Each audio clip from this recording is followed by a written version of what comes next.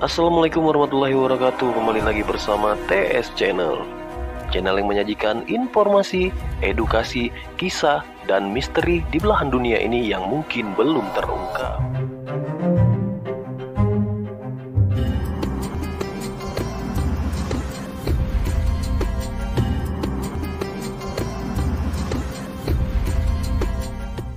Bahwa besar kemungkinan Al-Mahdi muncul di negeri kita, di Nusantara. Secara kalkulasi ilmiahnya, sangat besar kemungkinan di negeri kita. Namun kabar baiknya, jika fitnah Dajjal sudah muncul, maka otomatis si Al-Mahdinya juga sudah muncul.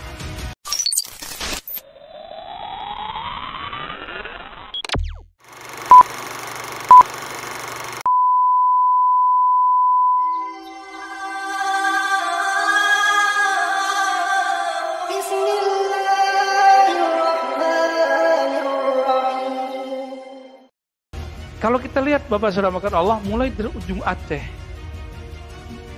Medan, ya, kemudian pesisir Riau, Jambi, kepulauan di Riau, di Malaysia, di Singapura, Palembang, sampai ke Betawi, sampai ke ujung Banyuwangi, ya, itu semua pesisir pantai, sampai ke Lombok sana, sampai ke Ambon, Pak. Itu bertebaran keturunan Rasulullah Sallallahu Alaihi Wasallam. Dan jumlahnya itu mengejutkan sekali, lebih banyak dari jumlah yang ada di tanah Arab. Bahkan teman saya yang sibuk mengurusin itu mengatakan apa? Beberapa klan, jadi suku, kabilah kira-kira begitu ya. Misalnya As-Saggaf, Al-Idrus, itu namanya suku-sukunya, Pak. Ya, famnya, mereka nyebutnya family-nya. Itu ada di Indonesia yang masih bertahan, sedangkan di Yaman sudah nggak ada. Nah, ini indikator besar ini, Pak. Indikator besar ini. Bahwa besar kemungkinan Al-Mahdi muncul di negeri kita, di Nusantara. Ini bukan kabar gembira, tapi hitungan kita secara kalkulasi ilmiahnya sangat besar kemungkinan di negeri kita. Tapi kapan? Nah, itu bukan urusan kita, Pak. Nah, jangan coba menakar-nakar tahun sekian, kecuali itu datang dari dia. Datang dari Imam Mahdinya. Namun kabar baiknya, jika fitnah Dajjal, kekacauan Dajjal sudah muncul, maka otomatis si Al-Mahdinya juga sudah muncul. Tapi baru tanda-tandanya, Pak. Sebagaimana Ad-Dajjal sudah diikuti orang, disembah orang, maka Imam Al-Mahdinya juga sudah mungkin memiliki murid sekarang. Kira-kira begitu, Pak.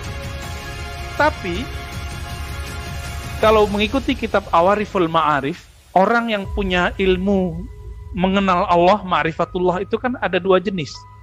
Ada orang sufi, soleh, pakai serban, pakai kopiah, ya, pakai begini, pakai jenggot, pakai gamis, ya kayak ustadz kita lah ya, kap gitu. Tapi serbannya kan belum ada tuh.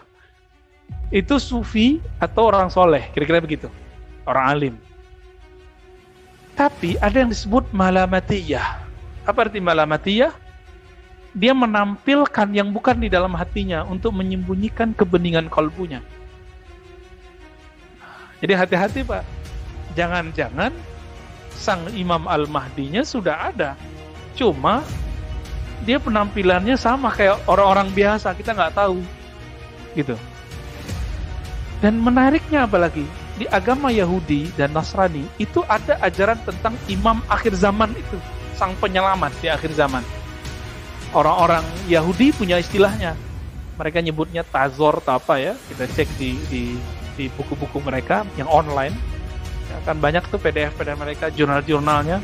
Mereka punya juga istilahnya, imam penyelamat di akhir zaman, yang nanti akan mengembalikan kejayaan Nabi Sulaiman di Yerusalem.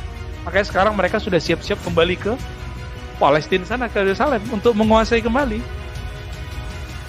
Tapi nggak usah khawatir, Pak. Salah satu misi dari Al-Mahdi itu nanti menguasai Al-Quds, menaklukkan kembali Al-Quds dan dikembalikan ke umat Islam.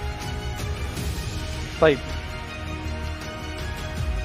Apa dasar saya mengatakan jangan-jangan Imam Al-Mahdinya itu malamatiyah, menampilkan hal-hal yang biasa sehingga orang tidak mengira dia punya ilmu itu, padahal di dalamnya dia sangat mengenal Allah Subhanahu wa Ta'ala. Ini contoh, di antara bapak ini kan ada yang kuliahnya unik-unik, ada yang mampu berbahasa yang kita nggak mampu, ada yang punya skill yang kami tidak mengerti skill itu. Kelihatan nggak dari jidatnya? Nggak ya? Kalau bapak nggak berpenampilan dosen di kampus, kita nggak ngerti kalau bapak ini seorang dosen. Bapak ini seorang direktur, GM. Kalau nggak ada kartu pengenal, kita kan nggak ngerti. Baju semua orang sama, kira-kira mirip begitulah Pak. Ya, mirip-mirip begitulah. Dia pakaiannya sama kayak kita, tapi rohaninya kualitasnya berbeda. Apa dalilnya? Dalam banyak hadis, salah satunya riwayat ini dikatakan, yuslihuhullahu ta'ala fi lailah. Allah nanti akan islah dia.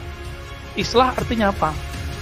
Allah bersihkan dia, Allah perbaiki zahirnya supaya sesuai dengan batinnya dalam semalam. Au qala fi yaumain. Di riwayat Imam Abu Nuaim dikatakan atau 2 hari. 2 hari itu artinya 2 kali. Saya mau tanya. Ini mengikuti tadi. Nabi mengatakan tanda-tandanya seperti tandaku, namanya seperti namaku, ilmunya seperti ilmuku. Nabi berapa kali dibersihkan dadanya oleh malaikat Jibril? Masih ingat? Jadi, kalau Nabi dibersihkan di waktu kecil, lalu terakhir sebelum Mi'raj. Benar gak? Coba dihitung, Pak. Sebelum Mi'raj itu berapa tahun Nabi? Lamanya. Dari umur 7 kira-kira, sampai 3 tahun sebelum beliau berhijrah ke Madinah. Nabi hijrah ke Madinah itu sudah 50-an tahun umurnya. Kira-kira ya, 50 sekian lah. Karena Khadijah sudah wafat. Khadijah sudah wafat, ya. Pamannya Abu Thalib sudah wafat. Diperkirakan oleh ahli sejarah 3 tahun sebelum Nabi hijrah. Kira-kira nih, ya. Ada yang mengatakan 2 tahun, tergantung nih riwayat mana yang dia pakai. Maka kalau kita ngikutin ritme ini, Pak, Al-Mahdi itu juga akan dibersihkan oleh Allah sebanyak 2 kali. Pertama waktu kecilnya, kira-kira umur 6 atau 7 tahun. Yang kedua, sebelum beliau mendeklarasikan atau hijrah dirinya sebagai Al-Mahdi di depan umat. Kira-kira begitu. Kira-kira berapa tahun? 2 atau 3 tahun. Ini perkiraan Bapak ya. Maka kalau dihitung, berarti 3 tahun setelah itu terjadi perperangan antara beliau dengan Dajjal. Tapi kapan tahunnya? Wallahu a'lam. Kita nggak tahu nih kapan tahunnya. Cuma melihat pandemi sudah begini, sudah meliputi dunia dan seisinya. Ini yang saya sebut dengan dalam hadis Nabi, muliat jauran. Bumi, dunia sudah dipenuhi dengan kebohongan dan kezaliman. Dan perlu diingat Bapak Saudara makan Allah, Al-Mahdi tidak maksum. Tapi rohaninya mengikuti, mewarisi rohani Nabi. Plek, hampir semua. Hampir semua. Bedanya Nabi Muhammad SAW punya hak membawa syariat baru, kalau beliau tidak. Gitu aja bedanya. Beliau hanya nanti akan mengikuti syariat Nabi Muhammad SAW sebagaimana Nabi Isa ketika turun. Ini bagian akhir yang mau saya ceritakan. Ketika Imam Mahdi itu memimpin sholat, jadi dunia sudah dikuasai oleh Dajjal nih dalam waktu 40 hari itu. Belum sampai 40 hari, mungkin 20-30. Itu semua wilayah di dunia sudah hancur. Bayangkan Pak sekarang, kalau semua negara resesi, habis resesi nanti apa lanjutannya? Krisis ekonomi. Kalau berlanjut, kan resesi orang masih kuat ya? Masih kuat ini. Cuma pertumbuhan ekonominya yang nggak ada. Ya udah minus.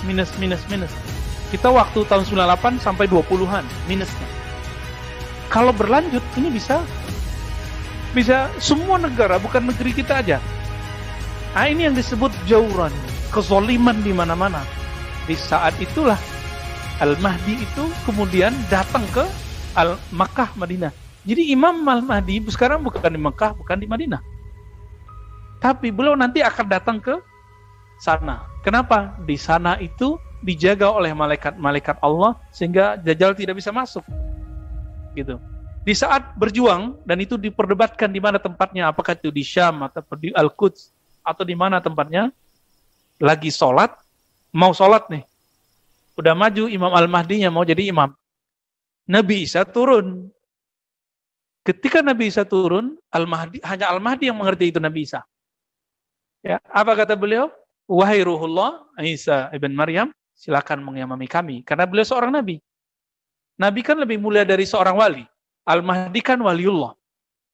Nah, ini adab beliau. Tapi apa adabnya Nabi Isa? Masih ingat Nabi Musa berdoa, ya Allah jadikan aku nabi umat akhir zaman. Apa kata Allah? Sudah ada nabinya. Ya udah kalau gitu jadikan aku umat nabi akhir zaman. Jadi selevel Nabi Musa, induknya syariat Nabi Isa kan di Nabi Musa. Nabi Isa kan belum menyempurnakan, belum mengurangi juga. Jadi baru cuma berapa ajaran Nabi Musa yang direvisi oleh Nabi Isa. Jadi induknya di Nabi Musa. Nabi Musa sebagai induk itu berharap menjadi pengikut Nabi Muhammad, apalagi Nabi Isa. Maka adab beliau, engkau yang jadi imam, aku jadi makmum. Maka Nabi mengatakan, betapa luar biasanya kalian ketika Isa turun, wa imamukum minkum. Imam kalian bukan Nabi Isa, tapi imam kalian adalah Imam Al-Mahdi. Ini bisa menolak asumsi yang ditakutkan oleh Shaltut. Shaltut mengatakan, hadis mengenai Nabi Isa hanya memperkuat doktrin Kristen. Itu tidak benar. Karena buktinya nanti dia jadi makmum.